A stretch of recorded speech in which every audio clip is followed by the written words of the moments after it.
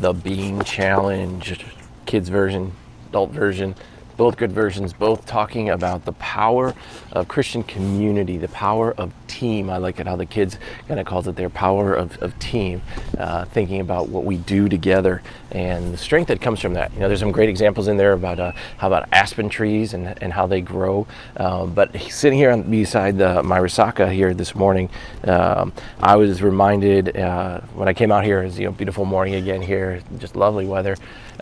Came out, saw one of the egrets down there doing some fishing, and reminded of another group of birds that make their visits down here each winter, and that kind of hang out in the Risaka. And they're these great white pelicans, not the gray ones you may think of the most often when you go down to the beach and you see flying by the causeway or sitting on piers. You got those pelicans, and those are pretty cool, flying overhead, diving down and getting their fish that way. But the great white ones, they're really interesting because what they do is they come in community, and they'll be like upwards to, some of the times there's like 30, 40 of them together, all together, swimming on the Risaka. And they swim on the Risaka in kind of a formation.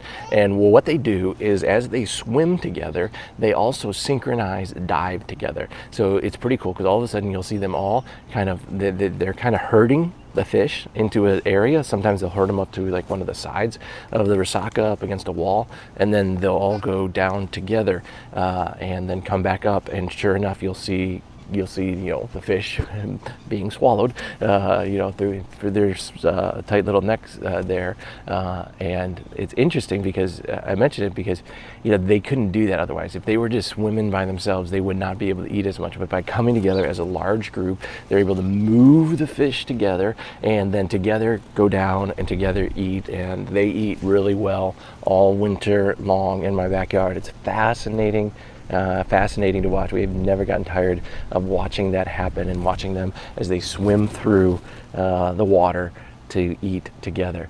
And I think that's in nature. We see these pictures of community coming together in like those birds or in the aspen trees, or there's other examples we can think of as well that work together to accomplish something that they could never do alone.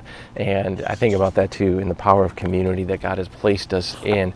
And it's hard sometimes because community's messy too. As much as we need it, it's also messy because we let each other down. There are times where we're the lone pelican and nobody else is going in our direction, and we might be able to survive for a little while, but we surely don't thrive like those great white pelicans do when they're in community, when they're there together.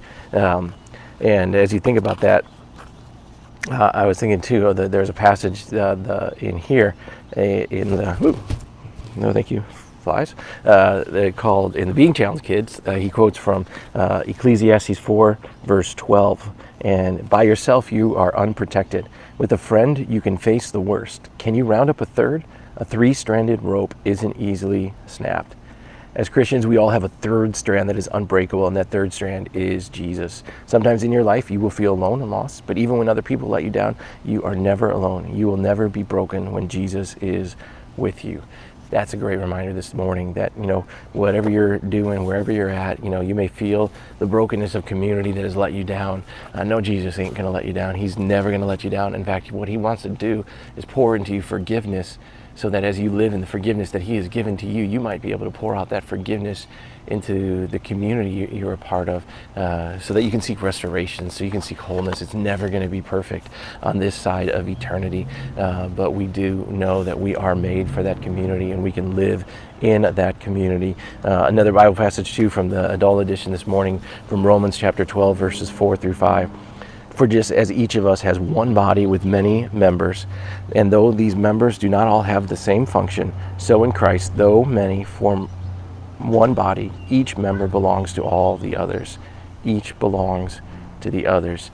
And I love this quote here from Zach. To be the greatest representatives of Jesus, we need each person to do his or her part. It's important to remember that while God has given each of us a gift, he hasn't given any of us every gift. Our biggest problems come when we elevate ourselves in pride or lower ourselves in discouragement. All of us play a part. It's only a part, but it's an important part. When we bring our gifts together to help one another, amazing things are possible. So My prayer is that this week of choosing community, that you're figuring out who that community is. Who are your three closest to you? Who are your 12 that you do life together with? Who are those 72 who know you maybe better than the crowds do, and that the bigger number, that 500, that big crowd as well? We all find ourselves in those different circles. So my prayer is that you can identify those circles. You can look where maybe you need to grow a little bit, and maybe you can grow tighter, because when we swim together, just like those big white pelicans that are so often out there in my backyard in the winter, when they swim together, they accomplish great things and eat well, but when they're swimming alone, it's rough. And so seek out that community, find that Christian faith community that you can have that fellowship with and do life with, no matter what this season may throw at you, because we're made for this. We're made not to be alone, but to do life together. So God bless you as you continue on this day 7 of being challenged, and we'll be back tomorrow morning with day number 8, about how that community influences